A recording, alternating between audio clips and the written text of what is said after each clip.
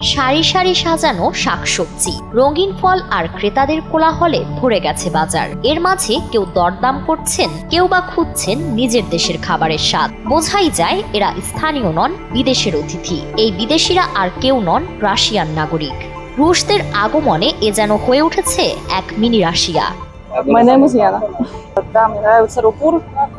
Я тут 1,5 месяца, работаю в Атомтехэнерго. তাদের উপস্থিতিতে বদলে গেছে এক সময়ের নিরিবিলি এলাকা। গড়ে উঠেছে শপিং কমপ্লেক্স, রেস্টুরেন্ট, আধুনিক বাজার। এই রাশিয়ানরা ক্যাপসিকামকে ডাকে প্যারিস বলে। 10 বছরের যাত্রা তো কেবলই শুরু। একসাথে গ্রো করার এই জার্নি চলুক আগামীতেও। পাঠাও 10 years of growing with you. আবার অন্য ফল সবজিকেও তারা ডাকেন নিজেদের মাতৃভাষায়। তাদের উপস্থিতিতে রূপপুরের এই বাজার এখন হয়ে উঠেছে এক মেলনবন্ধনের প্রতিচ্ছবি। আমাদের বাংলায় এটাকে বলা হচ্ছে ক্যাপসিকাম, আর ওদের রাশিয়ান ভাষায় বলা হচ্ছে আপনার Paris. My name is Kirill. Меня зовут Kirill, работаю в Бангладеш, иностранцы Рупур. জানা গেছে পারমাণবিক বিদ্যুৎ কেন্দ্র নির্মাণ শুরুর পর থেকেই এখানে কাজ করছেন রাশিয়া ও ইউক্রেনের প্রায় 5,500 নাগরিক। এই রাশিয়ানদের উপস্থিতি ঘিরে বদলে গেছে পুরো অঞ্চল। দেশের বিভিন্ন প্রান্ত থেকে ব্যবসায়ীরা ছুটে এসেছেন রূপপুরে, খুলেছেন দোকান, বাজার, রেস্টুরেন্ট ও রিসোর্ট।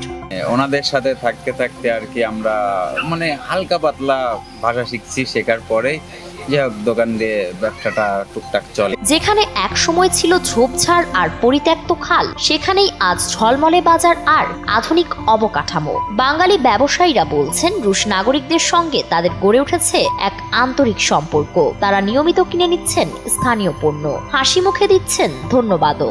ওদের থেকে আস্তে আস্তে যখন ওরা দেশে আসলো, তার এই যে কথাবার্তাগুলো আমরা যেহেতু ওটা ওদের বুঝতাম না, আমাদেরটা ওরা বুঝতো না, তো ওদের এই কথার সঙ্গে মিল রেখে বলতে বলতে ওদের সঙ্গে একটা জায়গা আছে, আমাদের একটা সমবেদনা তৈরি হয়। প্যাকেটে যে মোজা, ওরা রাশিয়ান ভাষায় বলে নাস্কি।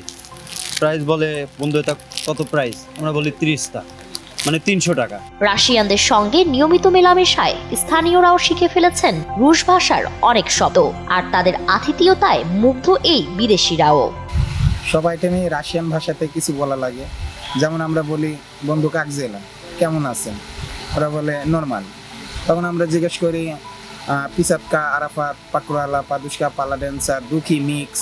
রূপপুরের এই মিশ্র সংস্কৃতিতে গড়ে উঠেছে এখন এক নতুন বাংলাদেশ, যেখানে একসঙ্গে ধ্বনিত হয় বাঙালি আর রাশিয়ানদের মাতৃভাষা। স্থানীয়রা বলছেন রূপপুর বদলেছে, বদলে গেছে পাবনাবাসীর জীবনও। ফারিন রহমান প্রীতি, NPB।